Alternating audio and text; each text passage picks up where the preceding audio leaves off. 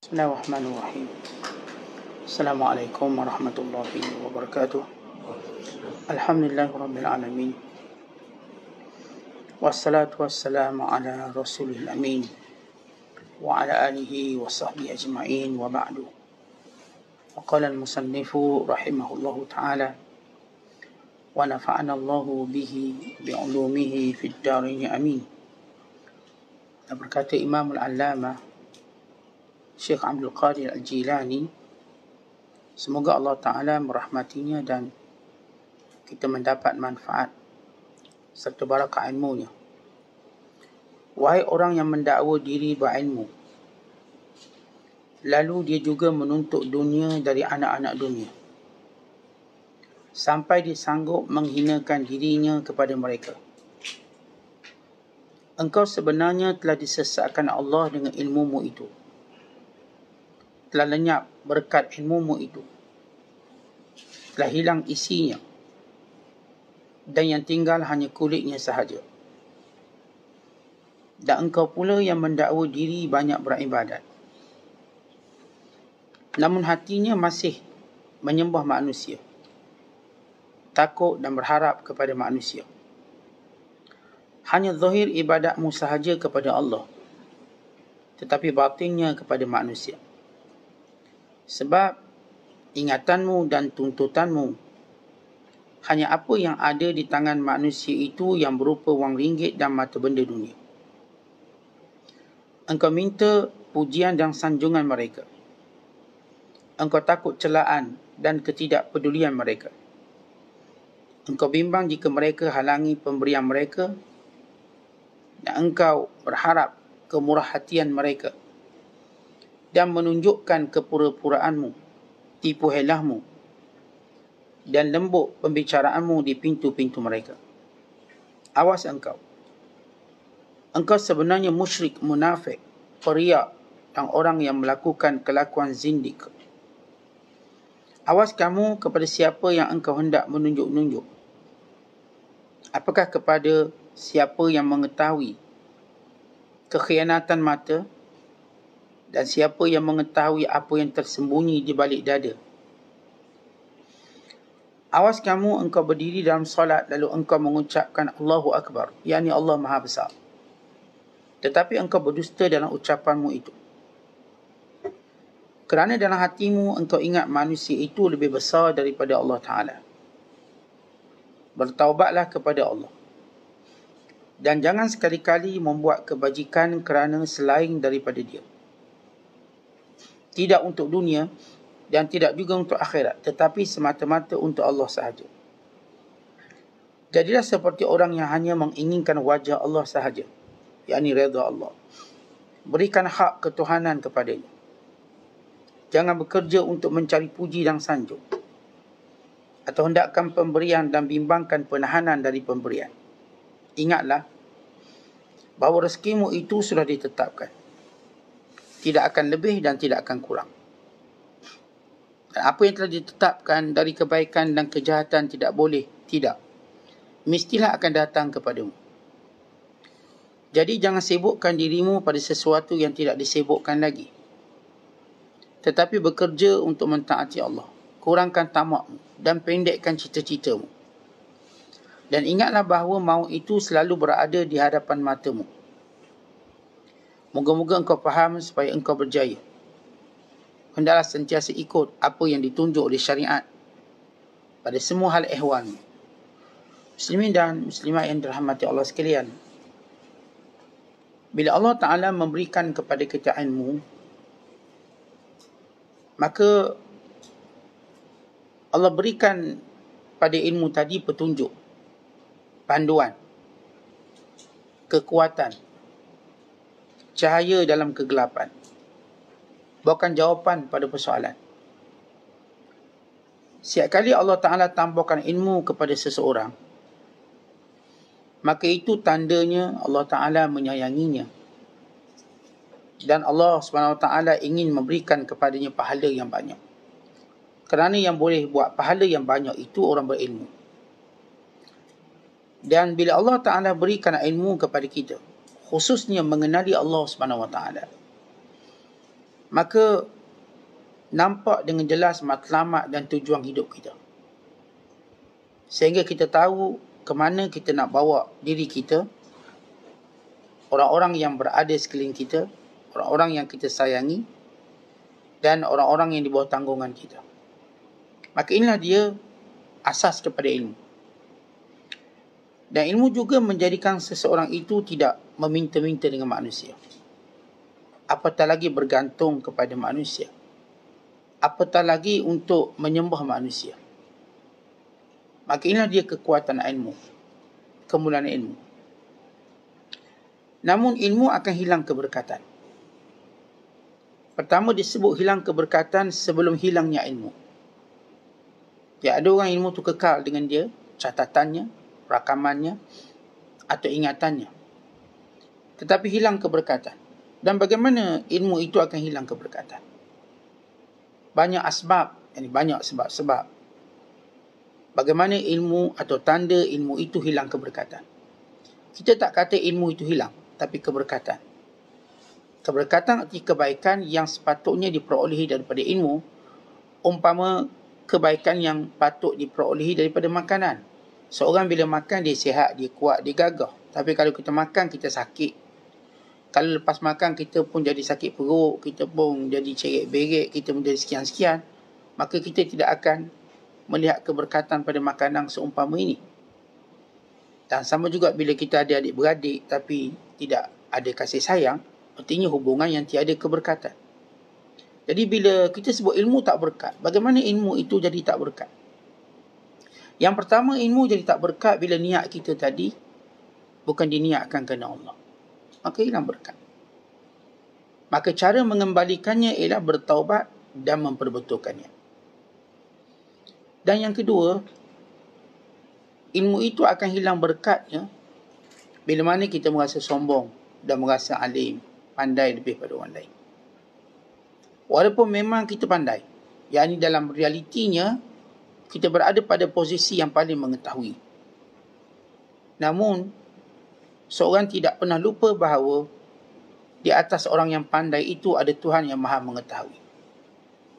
Demikianlah Allah Ta'ala menegur Nabi Musa AS. Waktu Bani Israel bertanya pada Nabi Musa, "Ya Musa, man a'lamun nas?" Siapa yang paling alim? Maka Musa tengok kanan ke kiri, memang dia nampak dia lah. Lalu kata Musa, "Ana, saya."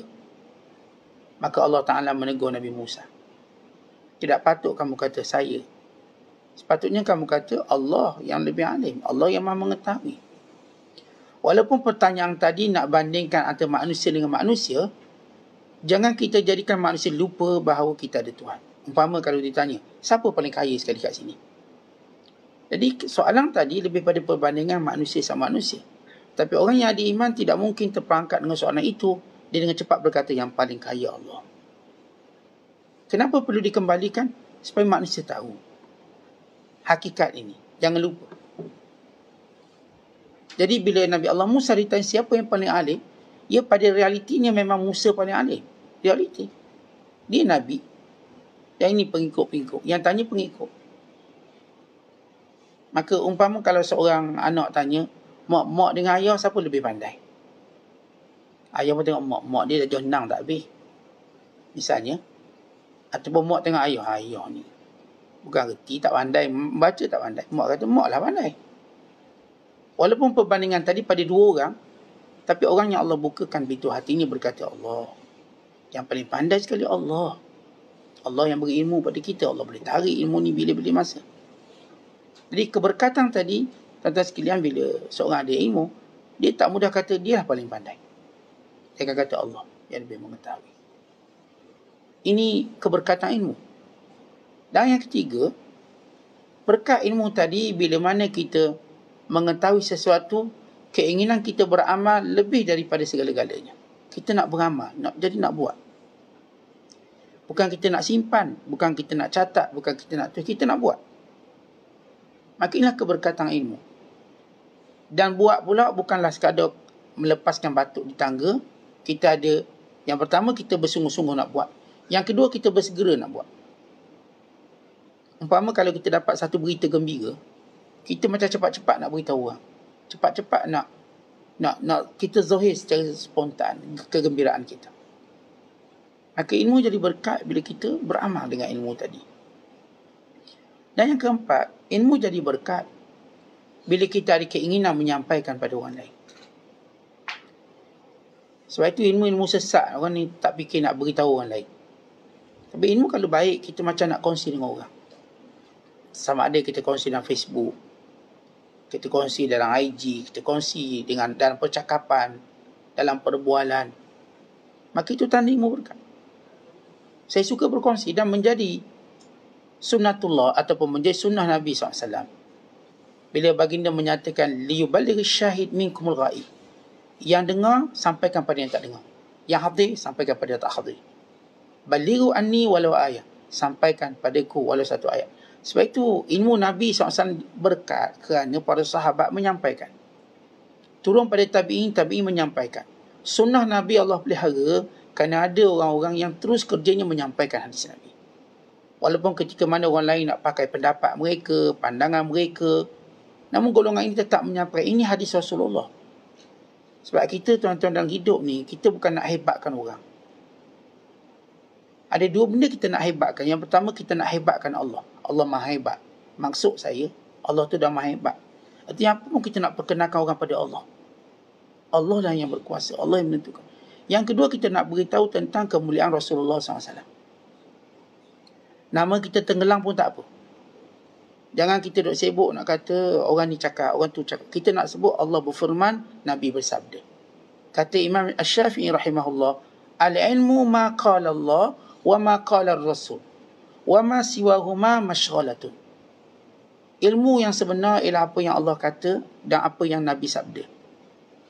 Sebab itu orang yang benar-benar berilmu, dia terhenti dengan apa yang Allah kata dan apa yang Rasulullah sabda. Kemuncak ilmu. Walaupun kita tak nafikan ada orang alim, orang soleh. Oh, dia cakap macam ni. Bagus, keberkatannya ada. Namun kita, semua orang tahu. Semua orang Islam tahu. Tidak ada perkataan yang boleh langgar perkataan Allah dan Rasul. Tak ada. Tak ada perkataan yang boleh mengatasi perkataan Allah dan Rasul. Bukan kemuliaan orang alim sebab dia tahu inilah, dua ni. Dia tahu qala Allah, dia tahu qala Rasul. Sebab itu dia alim. Kalau dia tak tahu qala Allah, qala Rasul, cuma dia tahu qala fulan, orang tu cakap, orang ni cakap, orang tu cakap, orang ni cakap, maka dia tak akan terselamat daripada kebingungan, kehairanan.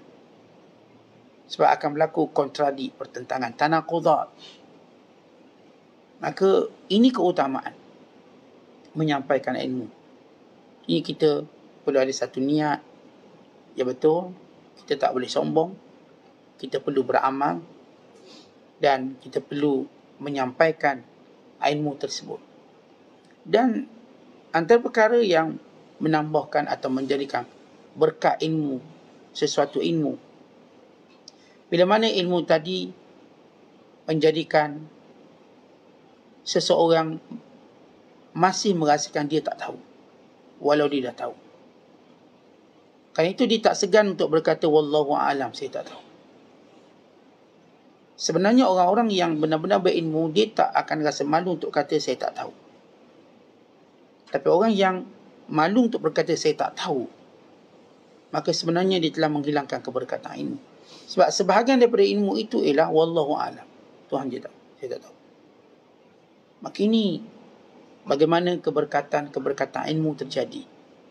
Jaga niat kita, jangan sombong. Dan biarlah kita sentiasa beramal dan sentiasa menyampaikan ilmu tersebut. Dan sentiasa merasakan ilmu kita sikit. Dan kita tak segan kata saya tak tahu. Kenapa? Tuan-tuan, bukan sekadar tak tahu kerana memang kita tak tahu, disebabkan kita tak belajar semua benda. Antaranya sebab kita manusia cepat lupa. Tak ingat. Saya tak ingat. Banyak benda saya tak ingat. Tuan-tuan juga banyak benda tak ingat. Sebab tu kita tak boleh kata saya tahu semua. Sebab banyak benda saya tak ingat walaupun kita belajar lama, mengaji lama puluhan tahun. Tak ingat ini salah satu sifat manusia supaya manusia rendah diri. Supaya manusia tak sombong. Carilah orang yang paling hebat ingatannya, pasti akan ada benda dia tak ingat. Kata Imam Sya'bi, ilmuku yang aku lupa, kalau ada orang ingat, dia boleh jadi ulama besar. Mana banyak ilmu yang dia lupa. Ini Imam Sya'bi yang disebut sebagai hafizud dunia, yang ilmunya menguasai dunia. Seorang tabi'in yang masyhur, Imam Asy-Sya'bi rahmatullahi alaih. Apatah lagi kita. Kita tua, akhirnya kita lupa. Kita sibuk, akhirnya kita lupa. Kita boleh marah, akhirnya kita boleh lupa ilmu. Kita tidur, akhirnya lupa ilmu. Kita kekenyangan, maka lupa ilmu. Kita dalam kegembiraan, maka kita lupa ilmu. Seronok sangat, maka kita lupa. Maka ini sifat ilmu. Kemudian Syekh Abdul Qadir menyebut tentang salah satu daripada perkara yang menghilangkan keberkatan ilmu. Kita sebut tadi beberapa asas. Secara common. Ini disebut secara detail bila seorang dengan ilmunya tadi, dia mula suka meminta-minta. Dia patut ada ilmu, dia tak akan meminta. Tapi dia sanggup menghina dirinya untuk meminta. Meminta pada manusia, khususnya orang-orang kaya, dia suka meminta. Dalam keadaan tanpa keperluan, dalam keadaan tanpa tujuan yang jelas. Cuma untuk dia menjadikan dia hidup senang atau sebagainya. Dalam hadis, Nabi SAW ketika melihat perkumpulan sahabat, Nabi bertanya, Ala tubayyi'una Rasulullah sallallahu alaihi wasallam. Tidakkah kamu ingin berbai'ah pada Nabi SAW? Lalu kata para sahabat, Qulna qad bay'naka ya Rasulullah. Kami kan dah bai'ah. Bai'ah maksudnya perjanjian setia. Lalu baginda sallallahu alaihi wasallam ulang lagi, tidakkah kamu ingin berbai'ah pada Rasulullah? Maka sahabat pun hulur tangan. Fabasatna aidina. Kami hulur tangan, baiklah bai'ahlah. Lalu kami kata, qad bay'naka ya Rasulullah. Fa'ala ma nubayyi'uka. Kami sebenarnya telah berbai'ah, tapi kalau nak bai'ah lagi, bai'ah untuk apa lagi? Maka jawab Nabi SAW, Anta abudullah, wa la tusyriku bihi syai'ah, was salawatil khams. Kamu menyembah Allah dan tidak menyekutukan dengan sesuatu, dan sembahyang 5 waktu, wa tuti'u, dan kamu patuh. Kemudian Nabi pun cakap slow, wa asarra kalimatan khafiyah. Nabi cakap perlahan. Yang Nabi cakap perlahan tu, Nabi kata apa? La tas'aluna an-nasa syai'an. Jangan minta dari orang. Hidup jangan minta. Lalu kata Auf bin Malik al-Ashja'i, sahabat yang ada di situ, kalangan kami kalau cemetinya jatuh, cemeti jatuh, naik kuda, naik unta jatuh, cemeti, yang digunakan untuk mendorong kuda, mendorong unta laju, bukan macam alat untuk pemukulnya. Mereka tak suruh pun orang ambil, mereka tu ambil. Mereka tu ambil. Kami mula tidak suka meminta-minta. Bahkan kata Nabi SAW, siapa yang boleh menjamin aku dia tak akan meminta dengan orang, aku jamin dia masuk syurga. Aku jamin. Jadi kalau kita lihat dalam masyarakat Islam, bila ada satu kelompok kita namakan sebagai syahadah atau mutasawwilin, peminta sedekah. Peminta sedekah yang kita maksudkan ialah yang menjadikannya sebagai kerjaya. Kerana kita akan sebut ada keadaan kita boleh meminta dengan orang. Ada waktu. Disebut oleh Nabi SAW. Tetapi kalau orang yang kerjanya meminta sedekah sehingga menjadi sumber pendapatan, maka ini perbuatan yang hina dan haram.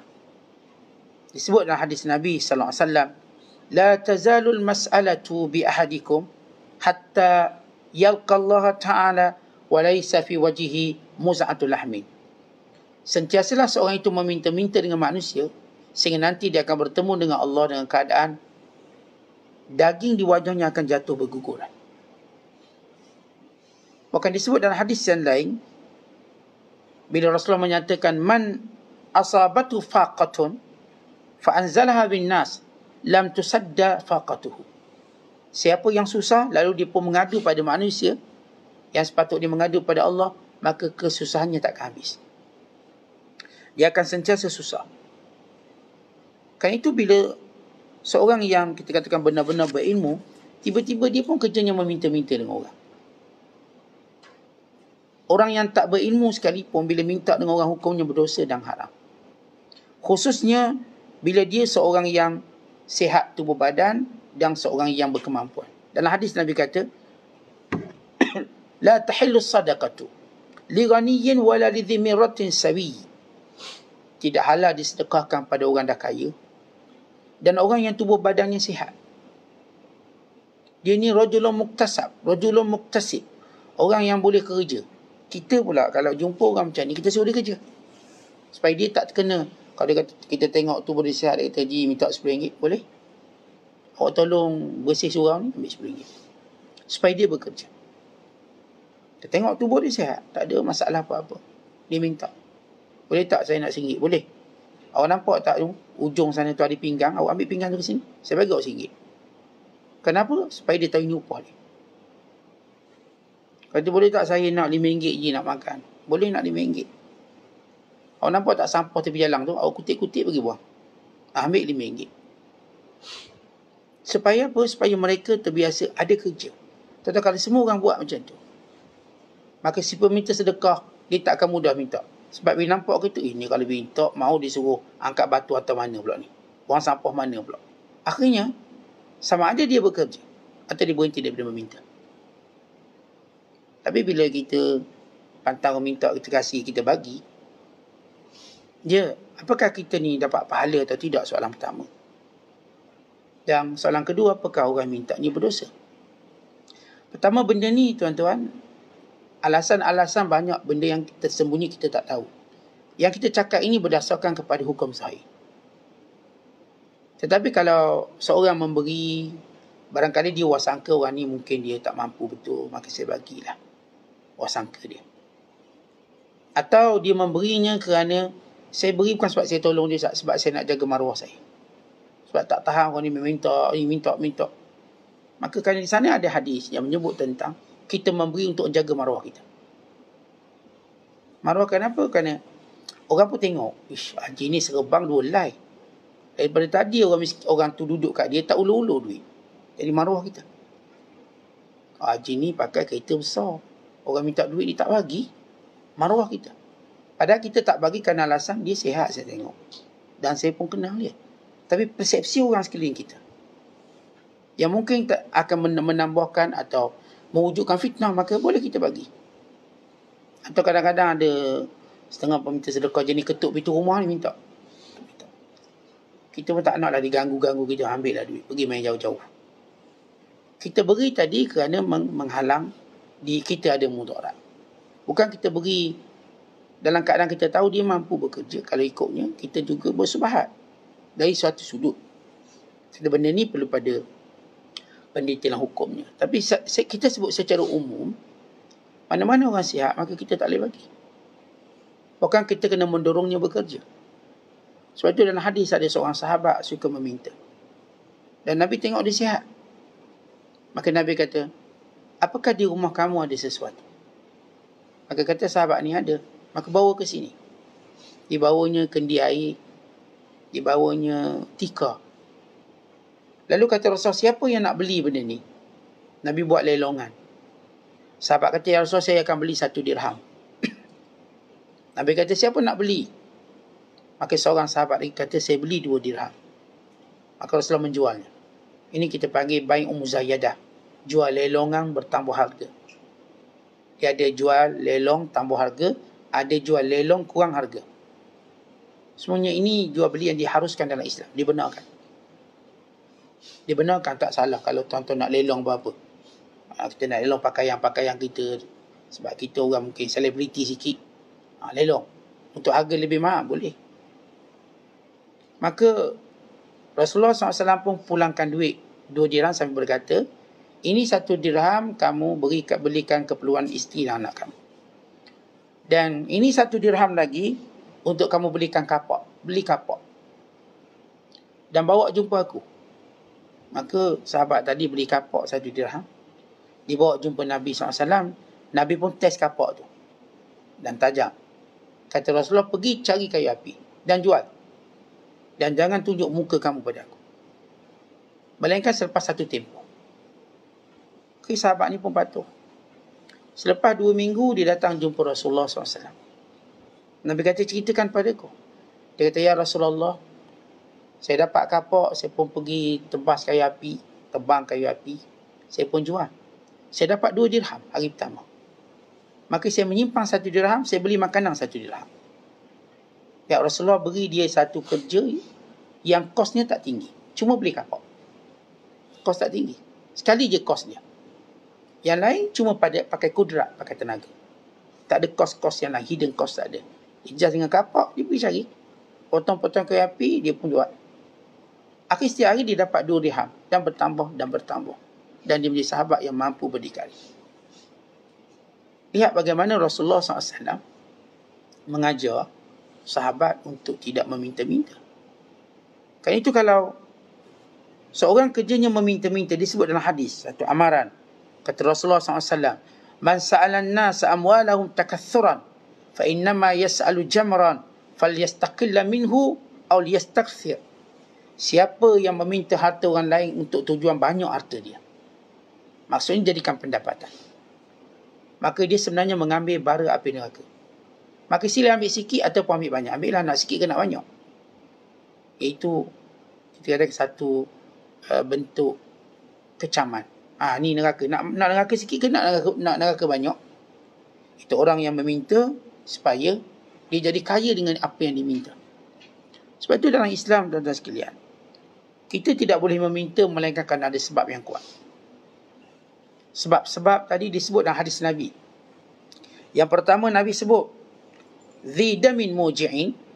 Boleh bila mana kamu sakit yang teruk. Sakit kita tak boleh kerja, kita ada kanser, kita ada sekian, kita ada ni. Memang tak boleh kerja lah sakit, kencing manis. Saya kerja ni cepat hypo, bila kerja cepat nak pengsan. Tak boleh. Ataupun dia darah tinggi, cepat pusing, darah rendah. Dia ada penyakit. Dia panggil Dhi damin muji'. Darah dia tak elok, kata Rasulullah. Penyakit ni puncanya darah tak elok lah. Kalau orang kencing manis, dalam darah dia ada gula. Kalau orang darah tinggi, darah dia tanpa kawalan. Yang darah rendah pun sama. Kalau orang tu memang sakit, tuan-tuan sekalian, menjadikan dia tak boleh kerja. Memang sakit terlantar, jenis koma, itu lagilah dibantu, ditolong. Atau memang dia kita nampak dia memang sihat, tapi dia ada jantung. Dia tak boleh kerja berat. Atau dia ni jenis sakit buah pinggang, dialisis. Dia tak boleh angkat barang berat.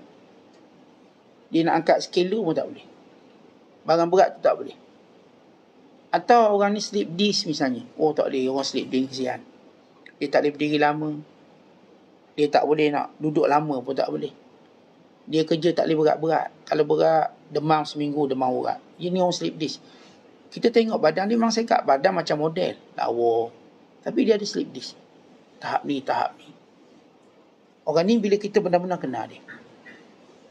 Ada orang yang kita kata, betul Ustaz, dia nampak badan sihat tapi penyakit banyak. Dia ni ada penyakit tension, Ustaz. Dia depression. Dia kalau kerja banyak, dia boleh gila. Jadi kita tak bagi dia kerja lah. Dia ni saudara saya, adik-beradik saya dan sebagainya. Dia ada depression. Dia tak boleh ada tekanan kerja. Dia boleh mengamuk tempat kerja. Dia jangan kerja, kita bagi je duit kat dia. Orang-orang yang disebut oleh Rasulullah, Dhi dami muji', orang yang darah tak elok, orang yang tak sihat, maka boleh kita bagi. Dan dia pun boleh meminta. Dia minta ke, abang, bulan-bulan bagi saya 300. Kenapa? Saya ni kecil manis, tak ada kerja. Maka kita bagi, kalau kita mampu. Kalau tak mampu, bagilah berapa kita boleh. Yang kedua kata Nabi SAW, Aghur min mufzi'. Dia hutang banyak sangat. Oh, dia punya hutang, tuan-tuan, tak boleh nak kambus lagi. Lubang dia dalam dan banyak lubang. Kita tak boleh kambus. Dia bukan pinjam alung, angah, hati semua. Memang tak boleh selesai budak ni. Orang ni tunggu arwah je ni. Orang ni kita boleh bagi pada dia. Khususnya untuk makan minum dia. Orang, kata ada orang yang kita katakan dia tak boleh elak daripada hutang. Ada orang memang sengaja cari penyakit hutang. Ada orang memang kita katakan dia bukan jenis orang yang cari penyakit dengan hutang. Tapi itu cara dia untuk hidup. Dia berhutang. Dia buat projek ni tak jadi, projek tu tak jadi. Dia usaha. Dia usaha bukan dia tak usaha. Kita tengok dia pun bersungguh. Hutang orang ni 10,000 buat projek, gagal. Cuba lagi nak tampung hutang tadi. Gagal lagi. Dah habis projek dah. Daripada dia berkebun, sampai dia berdagang, sampai semua tak jalan. Dia tak semua orang jadi cara kerja. Ada orang Allah uji dia memang tak jadi. Dia buat apa pun tak jadi. Ada saya baca, saya tengok ada seorang tu. Dia kerja ke satu kedai elektrik. Satu kedai elektrik. Lama dia kerja, dia pun keluarga miskin, mak ayah miskin. Maka dia pun fikir nak jadi majikan sendiri. Dia ada satu produk, dia buat sendiri produk tadi. Dia tunjuk bos dia ketawa, ni produk ni bukan boleh pergi jauh. Maka dia pun kecewa, dia berhenti kerja. Dia minta kawan-kawan dia beri hutang. Kawan dia seorang pun tak nak beri hutang. Tak percaya dia. Dia kerja balik. Kerja sampai umur dia 22 tahun. Modal masih tak cukup.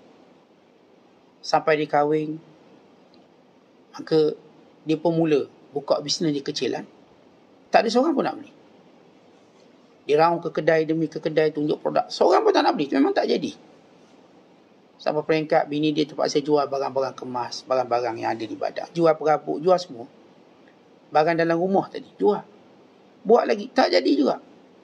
Dia dah give up. Tapi dia rasa produk ni okey. Sampai dia cuba kerja, dia buat lagi. Sehingga ada orang mula order produk dia. Daripada 1,000, order 1,000 pieces, 1,000 keping. Atau 1,000 barang dia. Maka dia mula berjaya. Akhirnya hari ini dia menjadi syarikat yang terbesar di dunia. Namanya syarikat Panasonic. Yang pekerjanya 250,000 orang. Di seluruh dunia bekerja.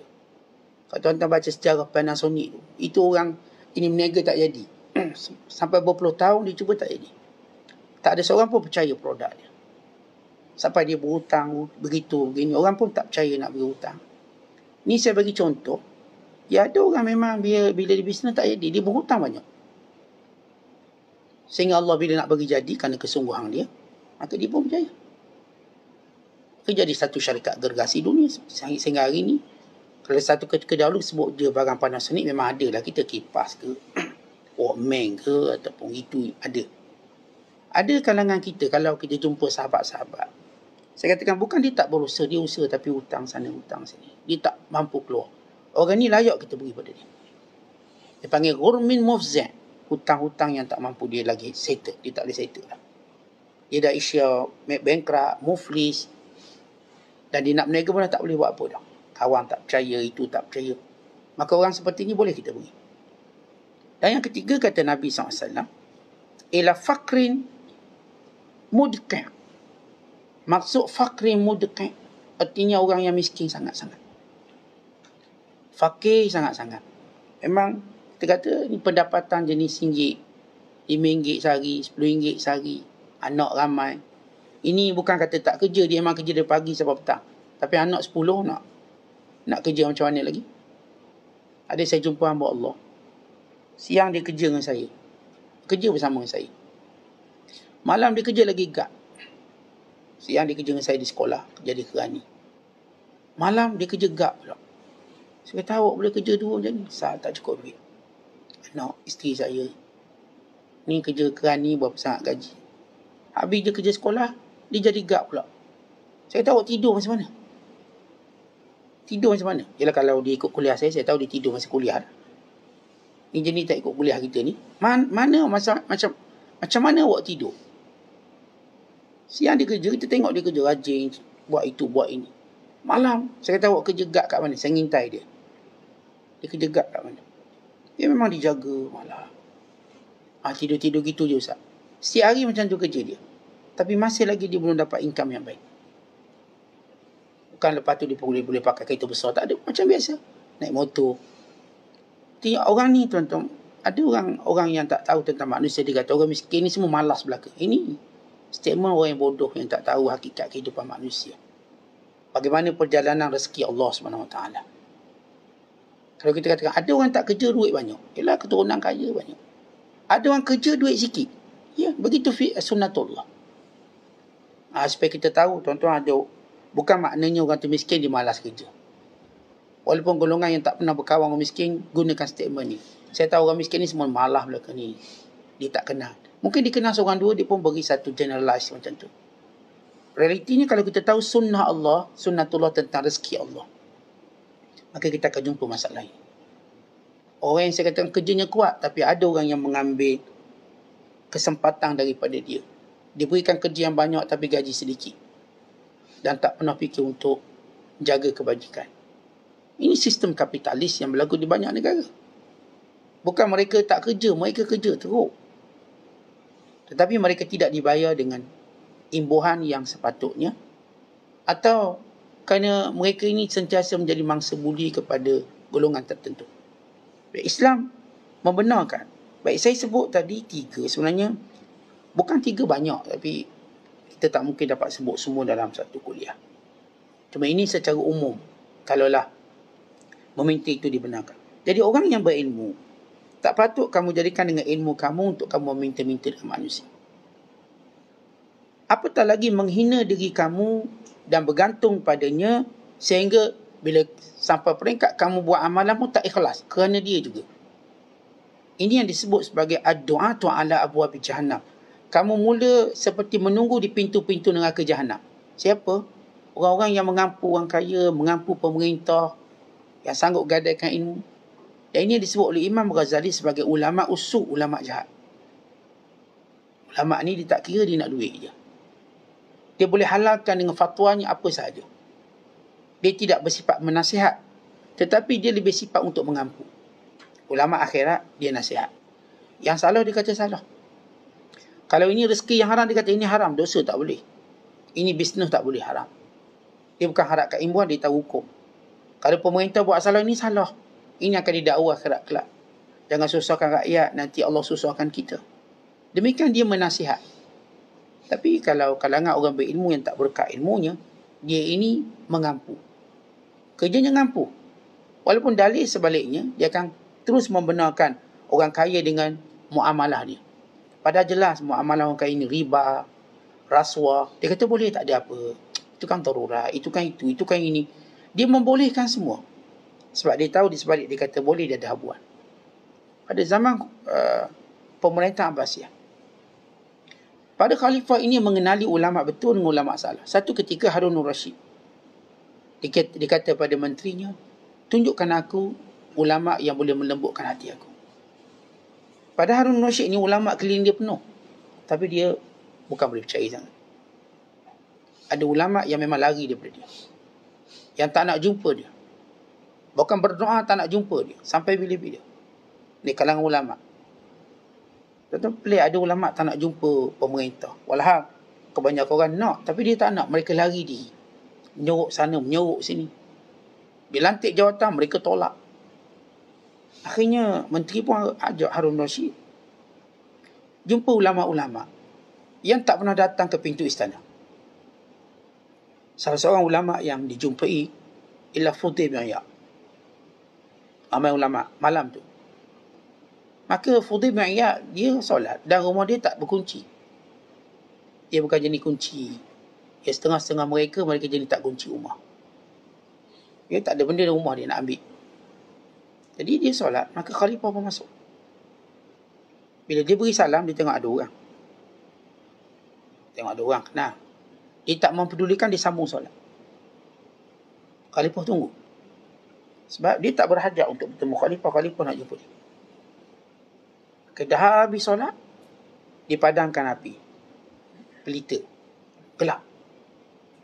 Maka dia pun pegang tangan khalifah. Dia kata, lembutnya tangan ni.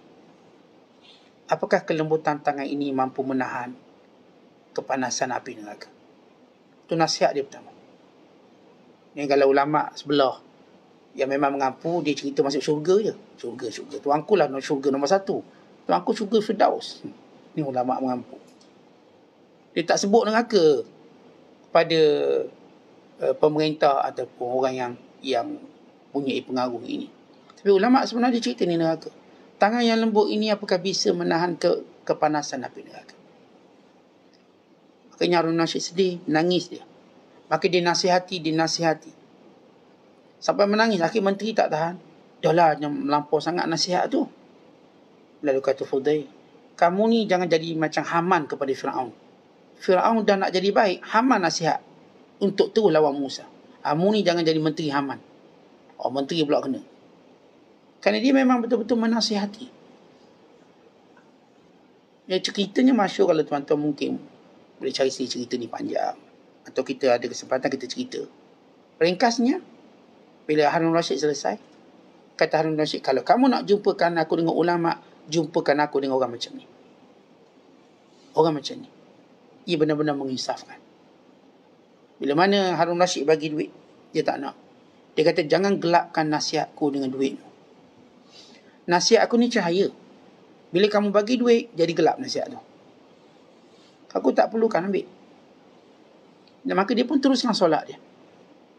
Dan Harun Rashid meninggalkannya dan mendapat pelajaran yang banyak. Dan ini orang-orang yang saya kata tak mengharapkan apa pun. Bukan menggunakan ilmu untuk mengampu, jauh sekali untuk menyelewengkan agama. Dan kerana itu Allah melaknat ulama-ulama Yahudi dan ulama-ulama Kristian, mereka sanggup mengubah Taurat dan Injil demi untuk golongan-golongan tertentu. Mereka sanggup buat. Maka Allah jaga ulama Islam. Walaupun di kalangan ulama-ulamanya ada yang bersikap macam tu, kita tak nafikan ada. Namun Allah pelihara ulama-ulama Islam daripada sesat semuanya. Tak mungkin akan sesat semuanya. Akan tetap ada sekumpulan yang terus menyebarkan kebenaran. Tetap dia tak boleh buat semua. Mungkin ada setengah-setengah orang berilmu boleh dipegang dengan harta, dipegang dengan pangkat. Boleh digula-gulakan dengan berbagai janji. Tapi sebahagian lagi ulama tidak mungkin. Mereka akan terus berdiri, mencegah kemungkaran, menyuruh yang baik. Jadi ulama-ulama yang bersifat penasihat ini kita nak cari. Yang kalau haram, dia kata haram. Kalau halal, dia kata halal. Kalau baik, dia kata baik. Kalau buruk, dia kata buruk. Dia bukan kerana kita jadi baik belaka. Atau kerana benci kita jadi buruk belaka. Tidak. Kita bercakap pada asas ilmu. Orang ni macam kita sebut. Kalaupun yang berpendapat dengan ni ialah orang yang dia tak suka, dia setuju pendapat itu. Kerana ini pendapat yang betul. Kalaupun pendapat ini daripada orang yang disuka, kalau salah dia akan kata salah. Pendapat awak ni salah. Saya memang sayang awak kerana Allah. Tapi saya tak mungkin menerima pendapat awak. Yang salah saya akan kata salah. Berdasarkan ilmu yang saya ada. Bukan kita kerana ikut cuaca orang. Waktu cuaca begitu, kita cuaca begitu. Ilmu mengajar kita berada pada prinsip. Maka inilah orang yang benar-benar mendapat keberkatan ilmu. Sebab itu kata Syekh Abdul Qadir, kamu ni sebenarnya musyrik, munafik, periak dan zindik. Baik, sifat-sifat kamu ini sifat-sifat macam orang kafir lah. Ya, kalau saya sebut tadi ulama Bani Israel, ulama Yahudi, dah kamu macam mereka. Tak percaya pada kekuasaan Allah, tak percaya pada rezeki Allah. Duk mengampu di pintu dia. Kamu ni munafik, cuma nak tunjuk kebaikan keilmuan kamu pada mereka. Kamu ni periak, kamu ni zindik. Apa maksud zindik? Zindik satu golongan tak percaya Tuhan. Kamu ni macam tak ada Tuhan ni. Macam kita selalu cakap dengan orang, kamu ni macam tak ada Tuhan. Mana Tuhan? Ada seorang hamba Allah. Dia orang kaya. Kaya. Dia kahwin tak ada anak. Maka bila dia duit banyak, dia pun pergi, orang-orang kita lah, kalau tempat paling bagus pergi Amerika, teruskan mereka dia untuk penyuburan. Terus pergi ke luar negara. Sebut dia doktor pakar kesuburan, dia pergi. Habis duit banyak. Orang milioner ni. Akhirnya sampai waktu dia dah macam give up. Dia pun duduk kat masjid. Ada seorang tua tengok dia. Orang tua biasa ke masjid, dia pun kenal muka orang-orang yang ada masalah. Dia kata, awak ni macam ada masalah je. Dia orang bila benar-benar ada masalah, dia akan cerita pada semua orang. Kalau orang tu memang dia boleh kontrol masalah, dia tak akan cerita pada semua orang. Kita boleh kenal lah. Kalau orang jenis kau jumpa orang cerita, itu memang dia masalah dia teruk sangat. Dia tak boleh lagi kawal masalah tu kawal dia sekarang. Pantang tanya dia akan cakap. Sebab apa? Dia tak boleh kontrol. Masalah tu terlalu membebankan dia. Maka pakcik ni tanya, dia tu beritahu saya ni duit banyak. Saya duk berobat sana sini, tapi sampai sekarang saya tak dapat anak. Pakcik ni nak beritahu dia satu benda ni. Pakcik ni kata pada dia, Aina Allah? Mana Allah? Kamu duk tengok usaha sana, usaha sini. Mana Allah? Yang patut kamu tak boleh berputus asa dengan Allah. Aina Allah? Dia macam terkejut sekejap. Dia kadang-kadang tuan-tuan kita ni, bila rasa cerdik sangat, rasa kuasa sangat, rasa duit banyak sangat, lalu kita rasa dengan apa yang kita ada, kita boleh tentukan benda itu jadi atau tak jadi. Kita lupa mana Allah.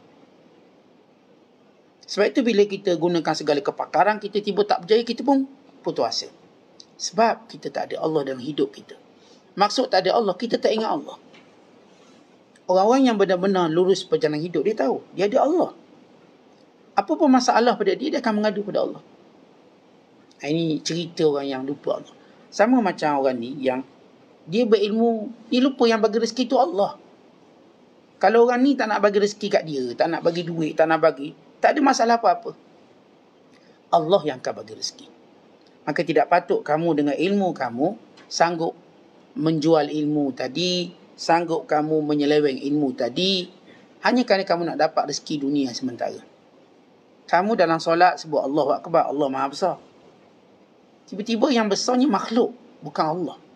Dalam cara kamu hidup, dalam cara kamu bertindak, kamu nampak seolah-olah perkara-perkara ini ditentukan oleh manusia. Kamu silap. Mana Allahu Akbar? Kemudian kata Syekh Abdul Qadir lagi, taubatlah pada Allah. Taubat. Dan sekarang jadikan seluruh amalanmu kerana Allah. Bukan kerana cerita, kerana nak tunjuk orang, atau kerana kamu nak syurga, nak pahala. Kerjanya kerana Allah. Di tahap tertinggi kamu kena tengok. Maksudnya, tuan-tuan sekalian, tidak salah kita beramal untuk pahala dan untuk syurga, tak salah apa-apa. Tapi Syekh untuk menyebut satu tahap paling tinggi kamu boleh sampai. Macam kita kata pada anak-anak lah, kita motivasi, tak apa, kakak belajar betul-betul sampai dapat nombor 1. Pada kakak ni selalu gagal ni. Lepas tu dapat nombor 7 ke nombor 8. Tapi kita tak akan cadang sampai dapat nombor 7. Sampai dapat nombor 1. Pada dia selama ni, katakan dia nombor 30 dalam kelas. Tapi kita motivasi dia, kita kata sampai kakak dapat nombor 1. Kenapa kita tak sebut sampai kakak dapat nombor 5? Sebab bila kita nak jadikan orang tu fokus betul-betul, kita kata sampai kamu jadi juara. Kalau orang yang ahli sukan, kita motivate dia, kamu boleh sampai pingat emas. Boleh pingat emas, Olimpik. Kita tahu dia kalau dapat pingat gangsa pun okey. Tapi kita bila nak motivate dia, kita akan tunjuk dia pingat emas. Sebab dalam motivasi, kita mesti tunjuk yang tinggi sekali. Walau dia tak capai, tapi dia dah capai benda yang lebih baik daripada apa yang dia ada. Jadi Syekh Abdul Qadir bila dia motivate, dia kata sampai perbuatan kamu hanya untuk Allah. Bukan sebab cerita syurga ke, tak ada. Allah kerana Allah. Biar keikhlasan kamu memuncak kerana Allah. Walaupun saya katakan tak salah lah kita beramal untuk syurga, untuk pahala. Kerana itu juga perintah Allah. Tapi bila saya katakan kita nak sesuatu lebih baik, kita pergi pada cita-cita tertinggi. Umpama kita kata, kalau berdoa, Rasulullah menyebut, Iza sa'altumul jannah, bila kamu minta syurga, mintalah Firdaus. Saya tak apa, syurga ma'wa pun boleh. Syurga Jannatul Khuldi, Jannatul Na'im. Tak, kita kan kata sampai Firdaus. Padahal dia baru start solat subuh, terus bagi Firdaus. Kenapa? Begitu cara kita motivasi iman dia. Awak jadi baik sehingga awak dapat Firdaus. Tapi saya baru nak start solat subuh ni, dah dapat Firdaus ke? InsyaAllah boleh Firdaus. Padahal kawan ni baru fikir terlepas dari neraka pun okey. Tapi begitu cara kita, bila berbicara hal apa pun, kita akan letak dia pada matlamat paling tinggi. Supaya dia akan bersungguh-sungguh. Kita akan letak, siapa pun bercakap, dia akan guna bahasa sama. Tuan-tuan cakap dengan anak-anak ke, tuan-tuan cakap dengan kawan-kawan, tuan-tuan ni memang ahli motivator, tuan-tuan akan kata, sampai awak jadi orang terkaya di dunia. Dia kat Pasir Gudang pun belum kaya lagi. Tapi tak, awak kerja sungguh-sungguh, awak buka cawangan sampai awak paling kaya di Malaysia atau kaya di dunia. Dia baru nak start kerja ni, baru nak buka kedai, kita dah bagi motivate kaya di dunia. Betul tak? Memang betul. Supaya dia nampak matlamat besar. Last sekali dia kerja, dia kaya dalam keluarga dia paling kaya, dah cukup lah. Tetapi motivasinya lebih besar. Jadi bila Syekh Abdul Qadir Jilani kata, sampai kamu nampak cuma Allah. Keikhlasan kamu hanya kepada Allah. Bukan kerana sanjungan, bukan kerana pujian. Dan kemudian beliau mengatakan, ingat, rezekinya Allah dah tetap. Maka tak guna kita sampai gadai agama, gadai masa akhirat, sampai kita merosakkan akhlak, hanya semata-mata kita nak rezeki kita bertambah. Ni sampai rosak akhlak supaya rezeki bertambah. Ni sampai tinggal solat berjemaah, solat itu, supaya rezeki kita bertambah. Kenapa sampai macam tu? Rezeki ni kalau dah banyak tu lah. Kalau Allah kata banyak ni lah. Maka jangan sampai kita cuba nak dapatkan dengan cara macam khianat, menipu, sihir. Kalau rezeki kita banyak tu. Ni kedai dia tak laku. Tengok kedai sebelah laku, dia pun sihir kedai sebelah. Sihir. Yang disihirnya akhirnya pelanggan yang lari daripada kedai tu tak datang kedai dia juga. Pergi kedai orang lain pula. Dia pun sihir kedai orang lain pula. Dia bankrupt sebab modal dia habis untuk bayar sihir. Patutnya modal tadi bolehlah rolling tukar signboard. Bolehlah tukar tambah menu. Tak habis ketuk umum. Akhirnya dia tak dapat pun. Atau ini kebodohan-kebodohan manusia. Kita kalau nak sesuatu hal dunia, jangan sampai kurang agama kita. Jangan sampai kurang akhlak kita. Jangan sampai kurang maruah kita. Ingat benda tu. Agama jangan kurang. Kalau kita nak dunia sekalipun. Akhlak kita jangan jadi huduh. Kerana hanya nak dapat dunia. Jangan. Dan maruah kita jangan sampai hilang. Tuan-tuan buatlah apa pun. Ya, kita boleh bersungguh-sungguh bekerja. Tapi jangan sampai kurangkan agama. Saat saya kerana bersungguh-sungguh kerja, sebab tu saya dah tak boleh subuh dengan ustaz. Sebab saya nak bersungguh-sungguh kerja. Saya nak buka kedai sebelum subuh lagi. Oi, melampau ni. Kesungguhan awak ni kesungguhan yang merugikan agama. Tapi ustaz, kita kan kena bersungguh. Jadi saya pun maghrib pun tak balik ustaz. Sebab saya nak bersungguh. Kuliah-kuliah pun saya tak nak datang lagi. Sebab saya nak bersungguh-sungguh cari rezeki. Kita katakan, kalau memang Allah nak bagikan banyak tu, takkan bertambah pun. Baru dapat duit banyak, sakit. Terus habis bayar ke hospital dah. Mana duit? Baru dapat duit banyak ni, accident. Dah mana duitnya? Sebab itu bila kita nak dunia, sungguh-sungguh nak dunia, 3 perkara ni jangan hilang. Jangan hilang agama, jangan hilang akhlak, jangan hilang maruah. Jangan sampai maruah kita pun dah tak ada dah. Dah hilang malu kita. Maka agak-agaklah kita. Ingat rezeki. Apa yang Allah Ta'ala berikan pada kita, itulah rezekinya. Bukan bermaksud, macam tu Ustaz, saya perlu tubuh lah. Kalau memang banyak tu. Itu bukan yang Allah suruh.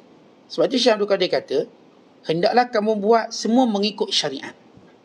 Syariat yang tunjuk segala hal ehwal kamu. Syariat suruh kita kerja. Maka jangan kita bila memahami rezeki, kalau bertambah, kalau banyak tu, jadi saya pun nak perlu tubuh, biar banyak tu. Apakah syariat suruh kamu perlu tubuh? Syariat kata wa qul ya'malu, bekerja. Syariat kata kerja, bukan lepas solat, keluar pergi kerja. Fa iza qudiyatus salah fantashiru. Kalau selesai solat, cepat-cepat keluar. Pergi kerja. Ya, selesai solat, Allah suruh kita pergi kerja. Tak payah fikir nak lain-lain, pergi kerja. Menunjukkan syariat suruh kita kerja. Tetapi kerja kita jangan sampai saya sebut hilang agama, hilang akhlak kita, hilang maruah kita. Maka selepas itu, tawakal kita pada Allah. Yang kita dapat banyak itu, itulah yang Allah berkati. Tapi kalau siapa yang cuba mencari rezeki yang banyak dengan menggadaikan ketiga prinsip ini, maka dia tak akan dapat apa-apa pun keuntungan. Jadi ingat, dalam hal rezeki, maka jangan sampai membelakangi syariat. Dan jangan sampai kita meminta-minta manusia sehingga menghilangkan kemuliaan ilmu yang Allah berikan kepada kita. Wallahu bisawab. Assalamualaikum warahmatullahi wabarakatuh.